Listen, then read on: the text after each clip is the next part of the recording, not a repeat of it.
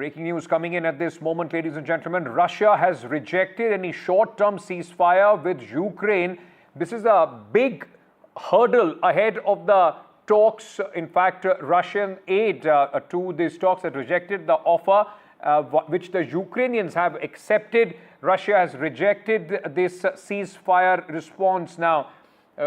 In fact, they have said that regrettably for more than a day already, the world has yet to hear a meaningful response from Russia. This is what Mr. Zelensky, the president of Ukraine, had said. This once again demonstrates Russia seeks to prolong the war and postpone peace for long as possible.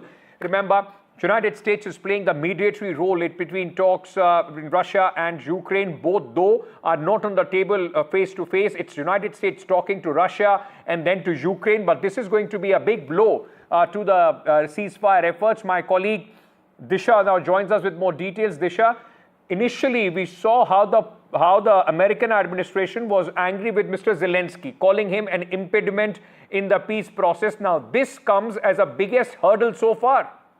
Yes, Ankit, absolutely. The Kremlin aide now saying that Russia is not interested in any short-term truce proposal or truce deal just hours before US team, the Trump administration's negotiating team is in Moscow right now to hold talks with the Putin government and discuss this proposal. And just hours before that, making these statements saying that Russia is not interested in any sort of temporary ceasefire that could give respite to Ukrainian troops is quite a setback. And now really, as the Trump administration has been saying for the past day or two, that now the ball was really in Moscow's court, and the onus was on Russia and Putin to really accept this deal which Ukraine President Zelensky has agreed upon, and now saying that these deals imitate peace and are only meant to give respite to Ukrainian forces, and hence Russia is not interested in them, is quite a big statement to make ahead of these talks. And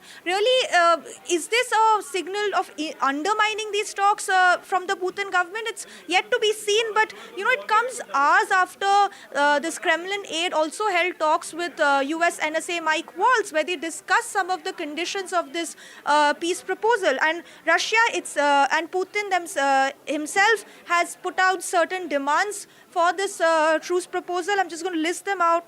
He said that the Ukraine cannot join NATO and there cannot be any peacemaking troops, which Trump as well as European countries have been indicating that there could be some peacekeeping troops stationed in Ukraine to ensure that such a truce or ceasefire is continues. And Russia has rejected all of these and has said that, as I mentioned, such temporary measures are only a means to give respite to Ukrainian forces, and hence Russia is not interested in them, and Russia is looking for a more long-lasting truce.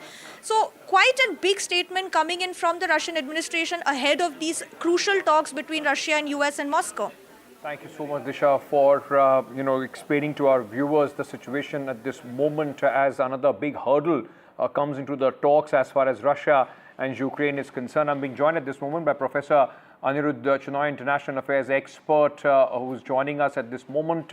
So let me, ma'am, let me ask you, Anuradha ji, let me ask you this, that what do you see, how do you see the impact of this statement by the aide of Kremlin as far as the ongoing peace talks are concerned?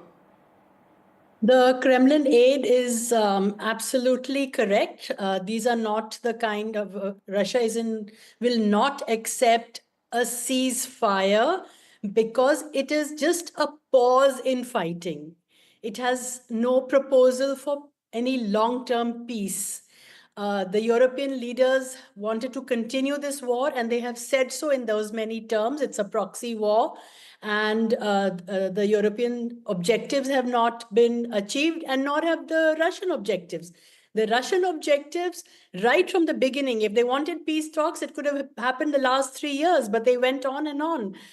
So the Russian objectives are very clear. These were outlined repeatedly by the Russian side, whether Lavrov or President Putin, and now by the aide, that they will have to agree that Ukraine does not join NATO, that the territories which Russia has taken or occupied in the last 3 years will mostly not be returned, maybe a little bit of negotiation.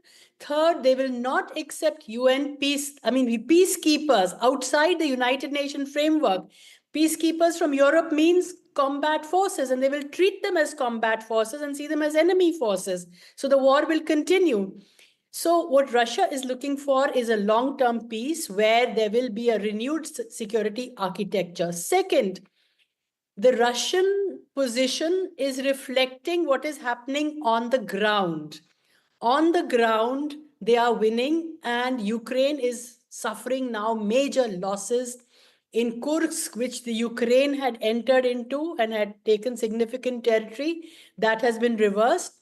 So the victories on the ground have to be reflected in the peace, on the peace table. Why would Russia give all this up after so much bloodshed? So there's no question that Russia will accept a truce at the moment or a pause just to start fighting again once Europe or whoever rearms Ukraine again. Right. Or Ma'am, they get may I then understand also from you that, initially when we saw the kind of dramatic, images that came out of the White House when Zelensky met President Putin, and this was possibly the most bitter, the relationship between Ukraine and United States of America since the beginning of this war. Now, with the Russians also putting out this kind of a statement, will it help repair or at least mend some relation between United States and Ukraine? Well, you see, Pete Hegseth, the defense secretary, had clearly told the Europeans these three conditions, that it's unrealistic to expect Ukraine to join NATO. It's unrealistic to get back all the territories. Something will have to give. But there can be some security guarantees, but there will be no US troops on ground. And that is what caused the rift between Zelensky and President Trump, because he wanted to allow the US to take mineral rare earths from Ukraine in return for security guarantees, which Trump said no. But now the Europeans have kind of jumped in and they have put pressure on the US, saying that there should be some ceasefire. So I think this is, and Zelensky was not part of this peace negotiation between the American team and the Ukrainian team. Okay, I think we have lost that connection with our expert there, but thank you so much, Professor Anuradha Chenoy, for joining us.